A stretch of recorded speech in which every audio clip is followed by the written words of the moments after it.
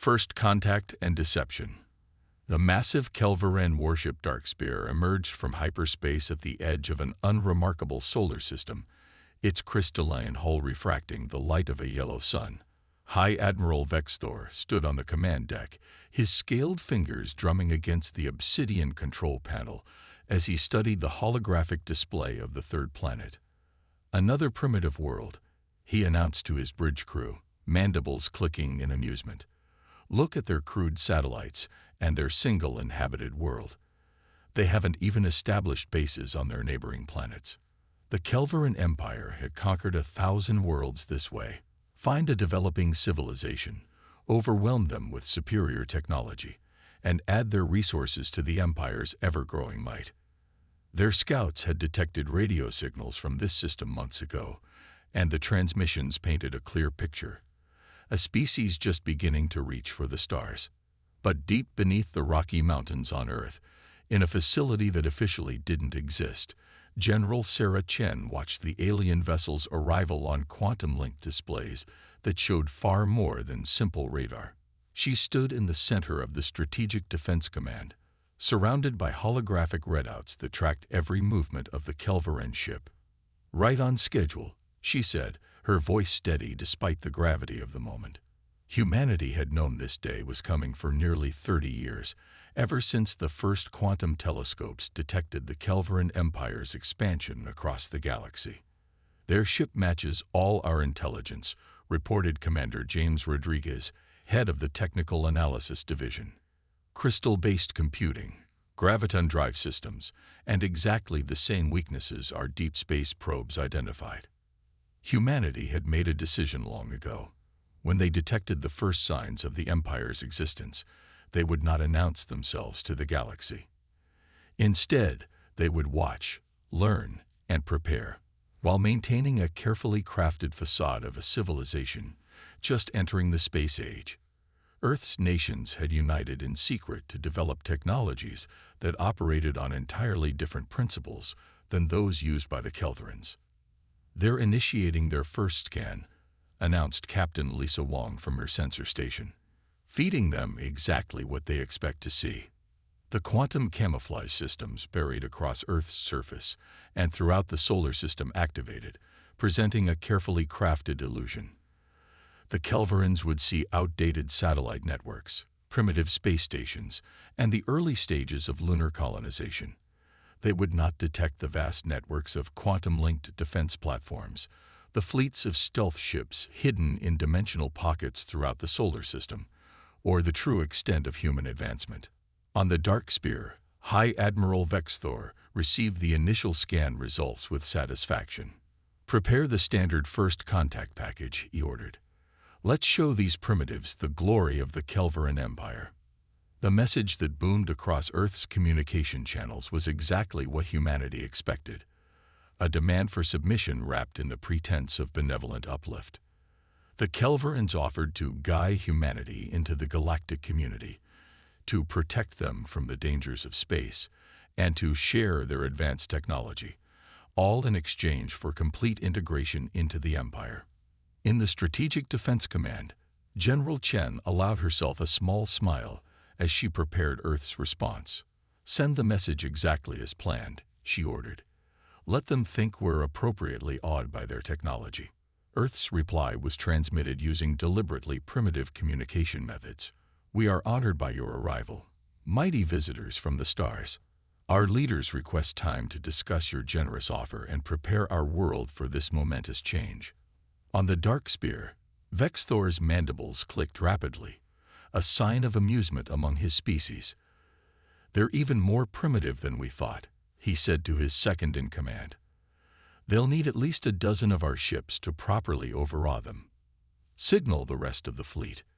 But as the Kelveren ship transmitted its faster-than-light messages to the waiting invasion fleet, they remained unaware that humanity was intercepting and decoding every transmission. The quantum computers hidden beneath Earth's surface processed the Kelveren communications protocols faster than the aliens could transmit them. "Their reinforcements will arrive in approximately 72 hours, Commander Rodriguez reported. 8 capital ships, 20 cruisers, and their support vessels. General Chen nodded. Perfect. That's exactly the size force we predicted they'd send against a world at our apparent level of development.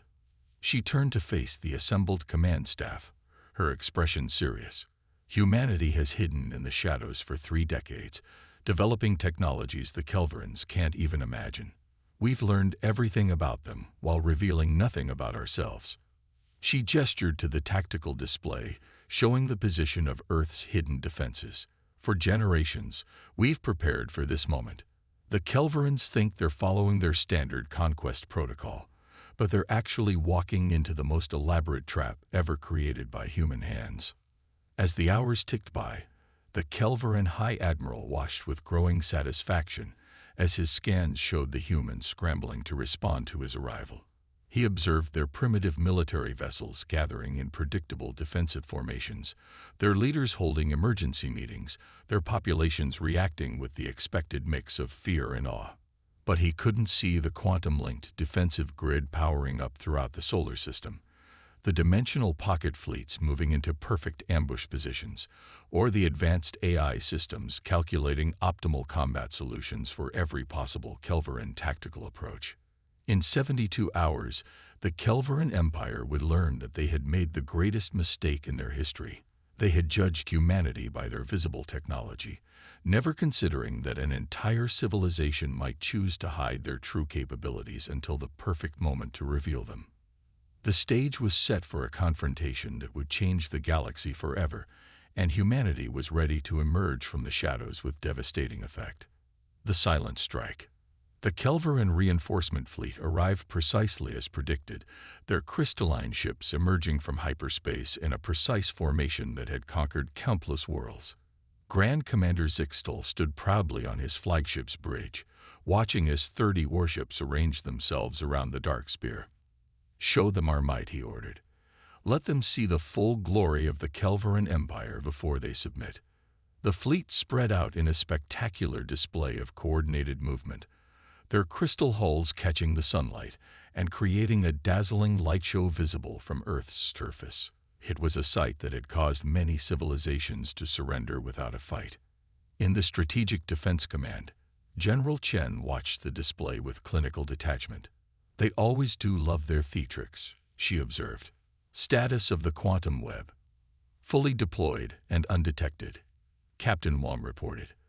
"The dimensional pocket fleets are in position. All stealth systems are functioning perfectly." The Kelveran ultimatum came exactly as intelligence had predicted.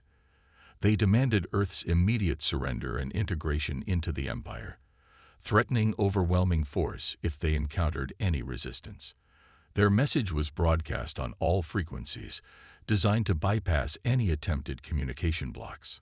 "Send our response," General Chen ordered. "Let's give them exactly what they're expecting." Earth's reply was transmitted using deliberately primitive methods. "Please, mighty ones, we require more time to prepare our world for integration. Our leaders are still discussing the terms." The transmission cut off mid-sentence as Grand Commander Zixtal ordered a demonstration strike. A Kelveran cruiser fired a single plasma beam at one of Earth's visible defense satellites, destroying it instantly. "A taste of our power," Zixtal announced. "You have 1 planetary rotation to submit, or we will begin systematic strikes against your military installations." But in that moment of supposed triumph, the Kelverans made their first crucial mistake. The destroyed satellite released a cloud of seemingly random debris that contained quantum-linked nanoparticles designed to attach to crystalline surfaces. "Quantum mesh deployment at 15% and climbing," Commander Rodriguez reported, watching as the invisible network of particles spread through the Kelveran fleet. "Their crystal computing systems are making this almost too easy." The Kelverans noticed nothing as their ships' hulls were gradually covered with particles thousands of times smaller than their sensors could detect. They maintained their threatening posture, watching with satisfaction as Earth's visible military forces scrambled in apparent panic. 20 minutes until full quantum mesh coverage," Rodriguez announced. "All dimensional pocket fleets report ready for Phase 2. General Chen nodded.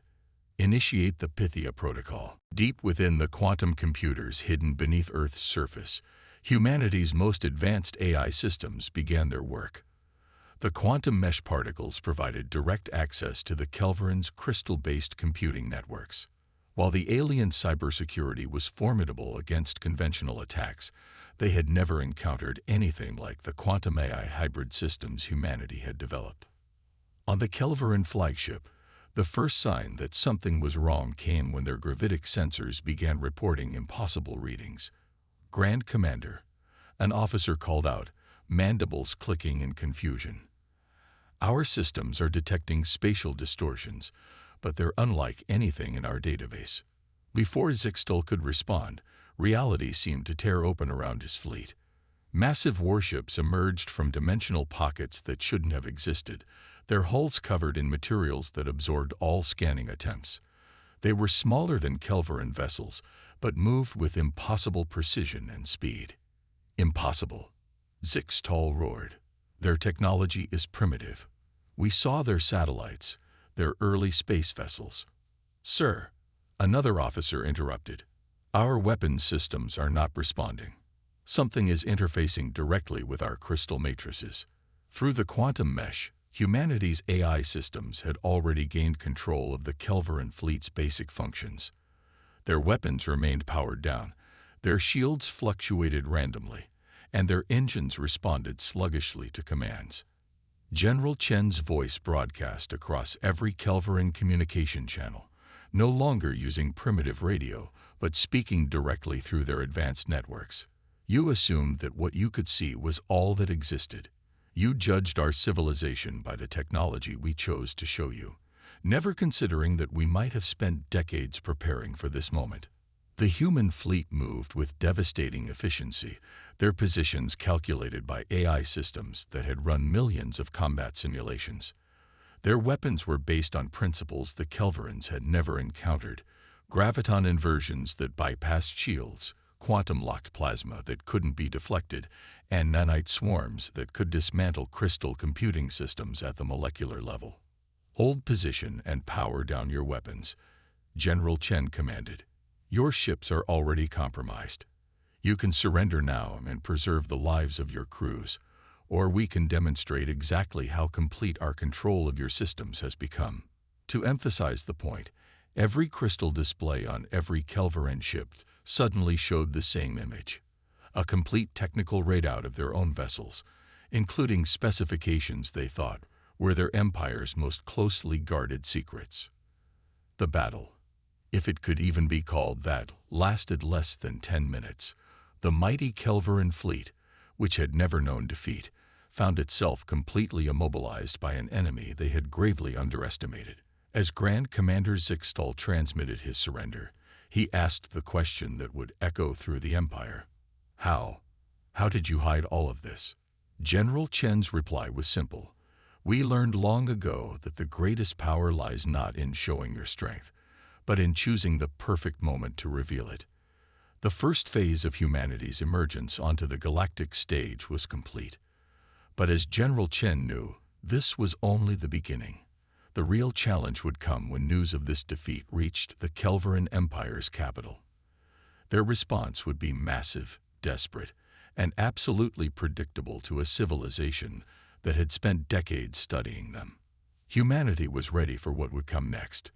The shadows they had hidden in for so long were about to become their greatest weapon. Counteroffensive. The news of the Kelveran fleet's defeat spread through the Empire like a shockwave. In the crystalline spires of the Imperial Palace on Kelveris Prime, Emperor Xanthar received the reports with growing rage. The massive throne room, with its towering walls of living crystal, echoed with his roars of fury.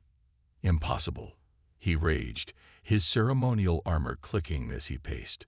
No primitive species could have developed such technology in secret. There must be another explanation. But the quantum-encrypted data feeds couldn't lie.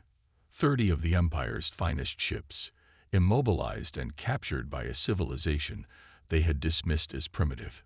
The implications were staggering and terrifying. On Earth, General Chen and her command staff were already implementing the next phase of humanity's long-term strategy.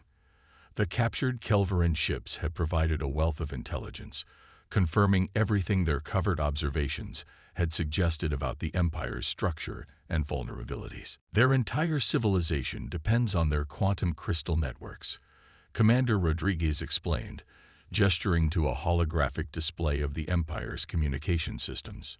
Every ship, every colony, every military installation, all connected through crystalline relays that they believed to be unhackable. General Chen smiled. And now we have the keys to their entire network. She turned to the assembled fleet commanders, their faces glowing in the light of the strategic displays. Operation Shadowbreak begins in 6 hours. Prepare your crews.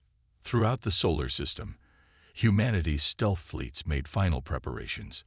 The ships were smaller than their Kelveran counterparts, but infinitely more sophisticated. Their hulls were made of metamaterials that absorbed all sensor scans. Their engines operated on principles that left no energy signature, and their weapons were designed to target the specific vulnerabilities of crystal-based technology. Captain Maya Patel stood on the bridge of the HSS Artemis, humanity's most advanced stealth carrier. Through the quantum glass viewport, she watched as her strike group assembled. 20 ships, each carrying technology that would have seemed like magic to the Kelverans. All ships report ready, her XO announced. Dimensional drives charged and aligned. Maya nodded. Signal the fleet. Execute jump sequence on my mark. Across the strike group, crews took their positions. Unlike the rigid hierarchy of the Kelveran military, human ships operated with fluid efficiency, each crew member augmented by AI assistants that helped them process information and make decisions at superhuman speeds. Jump in 3, 2, 1. Mark. Reality twisted as the human fleet slipped between dimensions, emerging deep in Kelveran space. Their first target was the Helios Relay Station, a massive crystalline structure that coordinated military communications for an entire sector of the Empire. The station's defenders never saw them coming. The human ships struck from dimensional pockets that Kelveran sensors couldn't detect, their weapons targeting crucial systems with surgical precision. The quantum mesh technology that had proven so effective in Earth's defense now served as an offensive weapon, spreading through the station's crystal matrices and giving humanity complete control of its systems. Station secured, Maya reported back to Earth Command. No casualties on either side. Moving to Phase 2. Across the Empire, similar strikes were taking place simultaneously. Human stealth teams infiltrated key installations, planted quantum mesh devices, and disappeared before anyone realized they were there. The Empire's vaunted communication network was being transformed into humanity's greatest weapon against them. In the Imperial Palace, Emperor Xanthar watched in growing horror as reports of system failures and communication blackouts poured in from across his domain. How are they doing this? He demanded. How can they be everywhere at once? The answer, of course, was that humanity wasn't everywhere. They were simply using the Empire's own networks against them. Every crystal relay they compromised gave them access to dozens more. Every installation they infiltrated provided new vectors of attack. Back on the Artemis, Maya received updated tactical data through their quantum-linked systems. The Empire was responding exactly as predicted, rushing forces to protect what they thought were critical military targets. But they didn't understand that the physical installations weren't the true objective.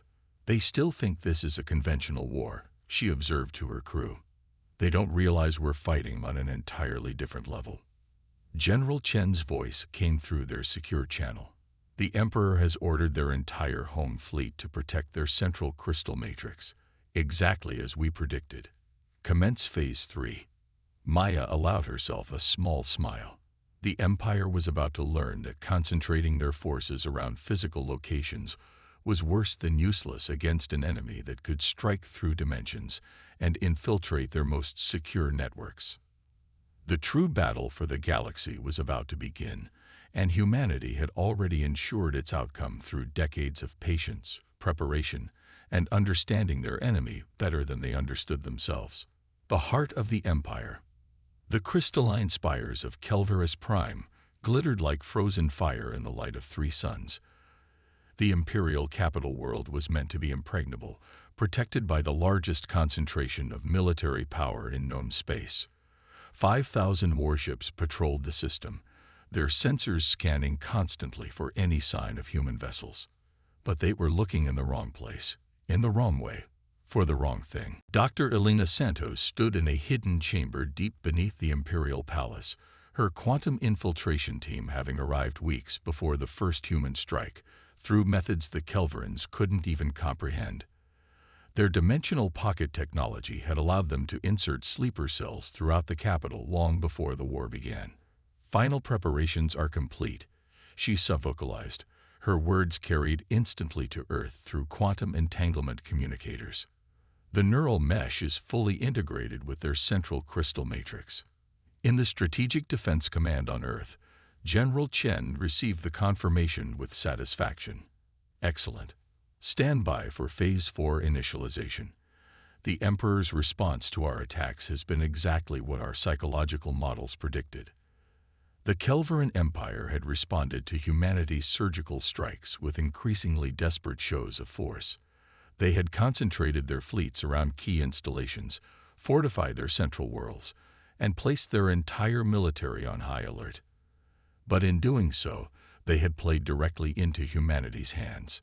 Captain Maya Patil and the HSA Artemis now led a fleet of 50 stealth vessels in what appeared to be a direct assault on the capital system.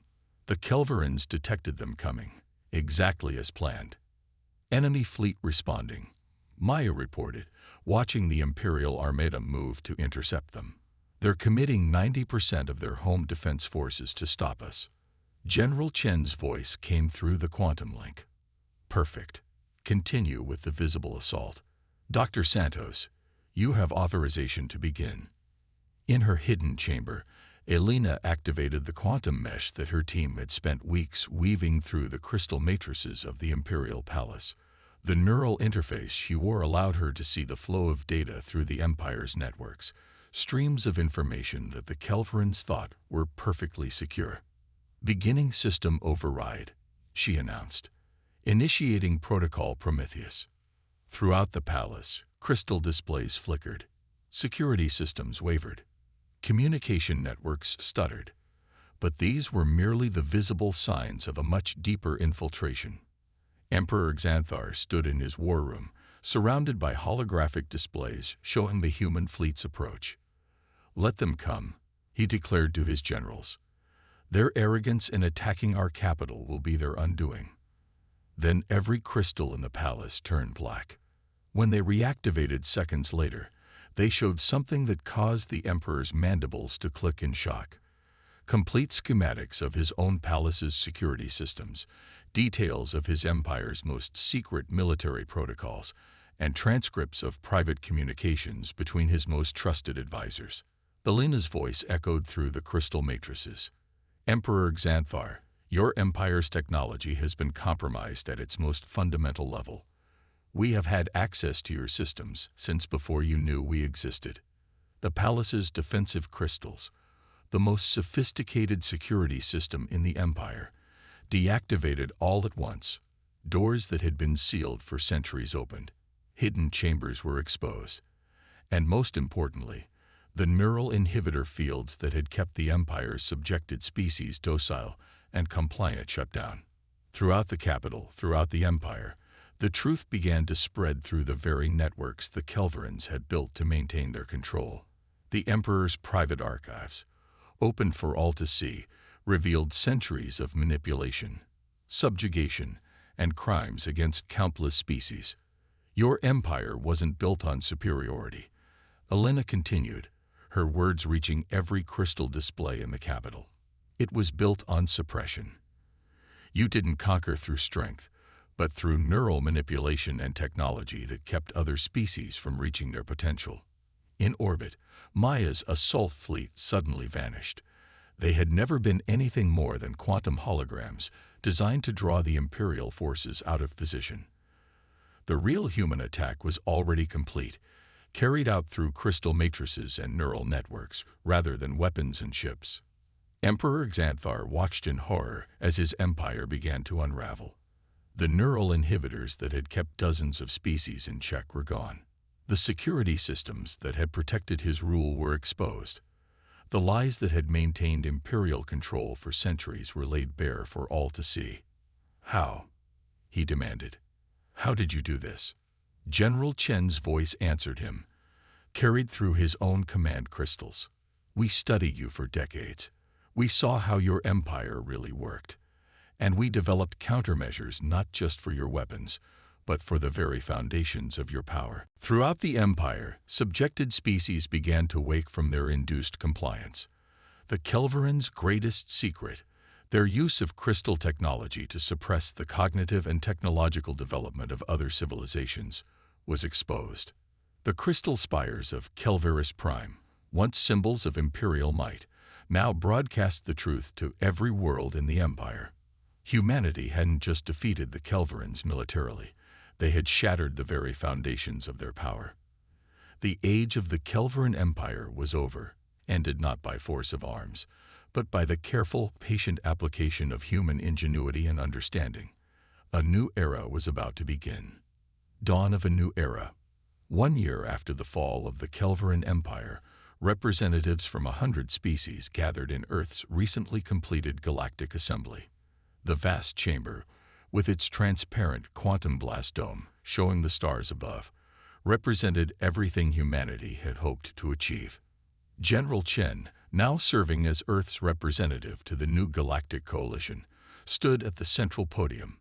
Around her sat delegates from worlds that had been under Kelveran control for centuries: the serpentine Nyada, the crystalline Vox, the energy-based Lumini, and dozens more. Each species was finally free to develop according to their own path. "The age of suppression is over," she declared, her words automatically translated into every language represented in the chamber. "But our work is only beginning." The transition hadn't been easy. When the neural inhibitors fell, centuries of pent-up resentment threatened to explode into chaos. But humanity had planned for this too. Their quantum mesh technology, originally developed to counter Kelveran systems, now served as the backbone of a new galactic communication network, one designed to foster understanding rather than control. Dr. Elena Santos, who had helped expose the Empire's secrets, now led the Coalition's technology exchange program. The Kelverans didn't just suppress other species' technology, she explained to the Assembly. They actively prevented different civilizations from sharing knowledge with each other. They knew that isolation was as effective as their neural inhibitors in maintaining control. The evidence was clear in the breakthroughs that had emerged in just 1 year of free exchange. The Nyada's biological engineering complemented human quantum technology. The Vox's crystal consciousness experiments, freed from imperial restrictions, opened new frontiers in AI development. The Lumini's understanding of energy states revolutionized humanity's dimensional drive systems. Captain Maya Patel, commanding the new Coalition flagship Prometheus, watched the proceedings from orbit. Her ship represented the culmination of this technological cooperation, human ingenuity combined with the unique insights of a dozen species. The Kelverans thought power came from forcing others to remain weak, she mused to her multi-species crew. They never understood that true strength comes from helping others reach their full potential. In the assembly chamber, delegates discussed the challenges ahead. There were still Kelveran loyalist holdouts to deal with. Some species, damaged by centuries of neural suppression, needed help recovering their lost heritage. The power vacuum left by the Empire's fall had to be carefully managed to prevent new tyrannies from emerging. But humanity had prepared for these challenges too. The same patience and foresight that had allowed them to defeat the Empire now guided their efforts to build something better in its place. "We hid in the shadows for 30 years, General Chen reminded the Assembly, "not because we feared the Empire, but because we wanted to understand how to dismantle it without causing more harm than good. Now we must show the same patience and wisdom in building the future." The Coalition was structured differently from the Empire it replaced. Instead of central control, it emphasized cooperation and mutual defense. Rather than suppressing technological development, it created networks for sharing knowledge safely. Where the Kelverans had used their understanding of crystal matrices to inhibit other species, the Coalition used quantum technology to bridge gaps between different forms of consciousness and facilitate genuine understanding. In orbit, Maya received a priority alert. Coalition sensors had detected unusual activity at the edge of known space, signs of possibly intelligent life that hadn't been contacted by either humanity or the Empire. How should we proceed? Her XO asked. Maya smiled, remembering how humanity had hidden and watched and learned before revealing themselves. We observe, she said. We learn. We make sure that when first contact comes, it begins with understanding rather than assumptions. Back in the assembly, General Chen concluded her address. The Kelveran Empire fell not because we were stronger, but because we were wiser. They assumed that power came from domination. We proved that true strength comes from cooperation. They tried to prevent other species from advancing. We will help every civilization reach its full potential. She gestured to the star-filled dome above them. There are more civilizations out there, unknown to either humanity or the former empire. When we meet them, we will not repeat the Kelverans' mistakes. We will not assume that what we can see represents all that exists. We will not mistake patience for weakness or technological invisibility for technological inferiority. The assembly erupted in agreement, 100 species united not by force or neural control, but by a shared vision of the future. The galaxy was entering a new era, guided by the principles that had allowed humanity to emerge from obscurity to reshape the political landscape of known space. As she looked out over the assembled delegates, General Chen reflected on how far they had come. Humanity had hidden in the shadows, watching and learning, not because they were afraid, but because they understood that true power came from knowing when to wait, when to act, and most importantly, how to use victory to build something better than what came before. The age of empire was over. The age of cooperation had begun. And humanity, having proved itself both powerful enough to defeat a galactic empire and wise enough to avoid becoming one, would help guide the galaxy toward a future where strength came from lifting others up rather than holding them down. It was not the end of the story, but rather the beginning of a new chapter in galactic history.